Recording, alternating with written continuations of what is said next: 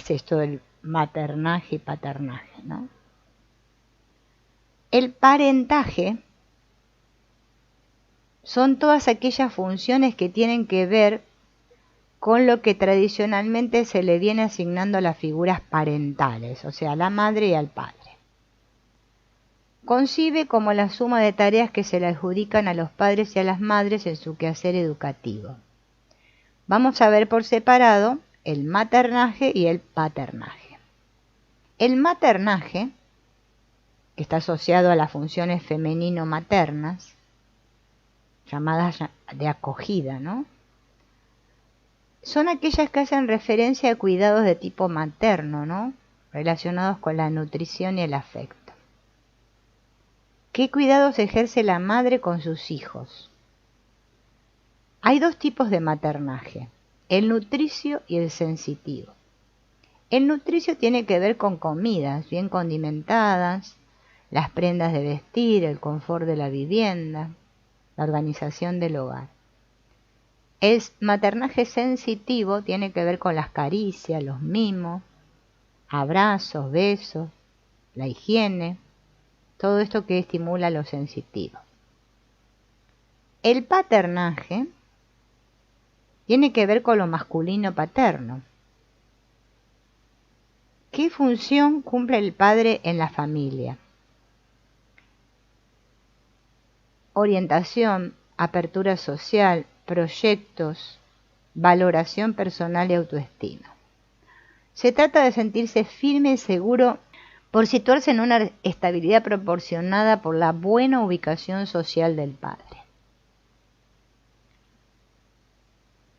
¿Qué es esto de la acogida, ¿no? ¿Qué significa?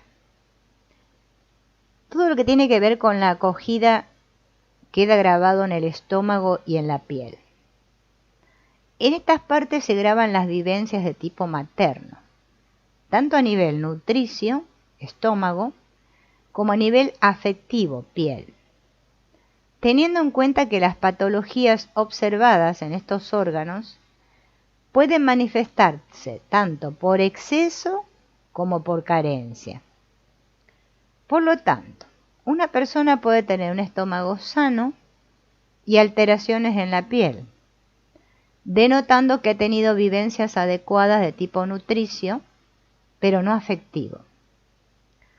Una persona con una piel sana y un estómago enfermo denotaría que las vivencias de tipo afectivo fueron satisfactorias, pero no fueron adecuadas las vivencias que tienen que ver con un hogar nutricio.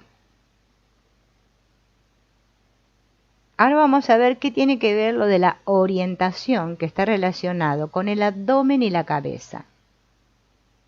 En estas dos partes del cuerpo se van marcando las experiencias vividas en relación a los roles masculino-paternos. Nos indican hasta qué punto las personas que tienen dañadas estas partes, o sea, el abdomen y la cabeza, han vivido la relación con la figura paterna.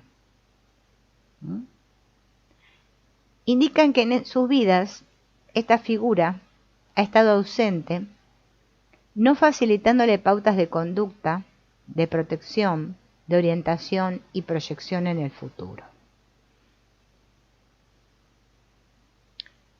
¿Qué ocurre ahora con la zona del pecho y los brazos y la piel?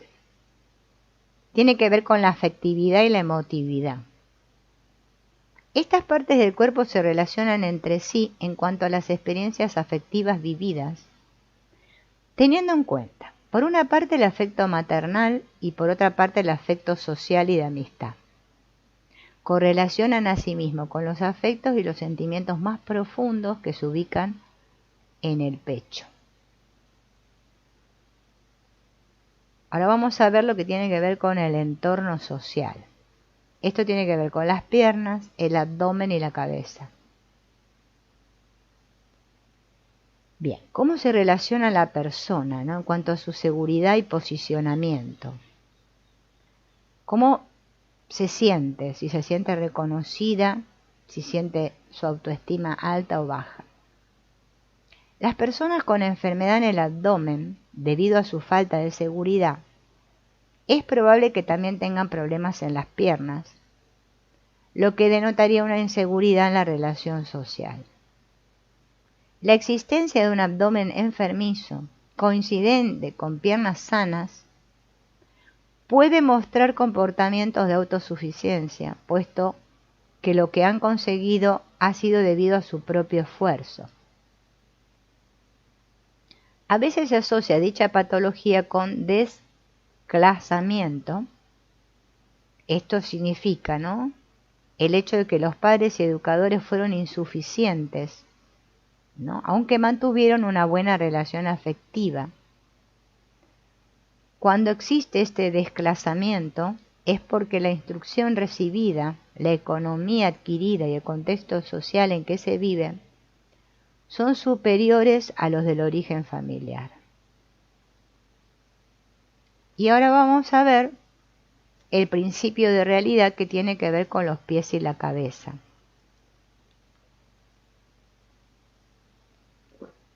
Estas partes están en relación con el asentamiento o evasión del entorno en el que se vive. Una cabeza sana indica buena estructura. Cuando se da en una persona con alteración en los pies, nos daría muestras de que ese individuo, siendo conocedor de lo que le sucede, quiere retirarse de su vida. Unos pies sanos, pero con disfunción en la cabeza, denotan que esa persona, a pesar de sus dificultades, no quiere retirarse y persiste en resolver la situación, aunque no sea posible. Es como una tendencia neurótica. Pero cuando en una persona coexiste una alteración orgánica en los pies y en la cabeza, podría denotar clínicamente lo que se denomina una tendencia psicótica, o sea, evasión de la realidad. Bien. Ahora vamos a ver el abdomen, cuello, cabeza y articulaciones que tienen que ver con la dosificación y la disciplina. Estas 4 partes del cuerpo, abdomen, cuello, cabeza y articulaciones, se relacionan con los roles tradicionales masculino-paternos porque tienen que ver con la orientación y la proyección al futuro, la seguridad, estabilidad y firmeza, la disciplina y el equilibrio personal. El cuello y las articulaciones también correlacionan en cuanto a finalizar lo que se inicia, o saturación de procesos, realizar lo que se desea, los proyectos.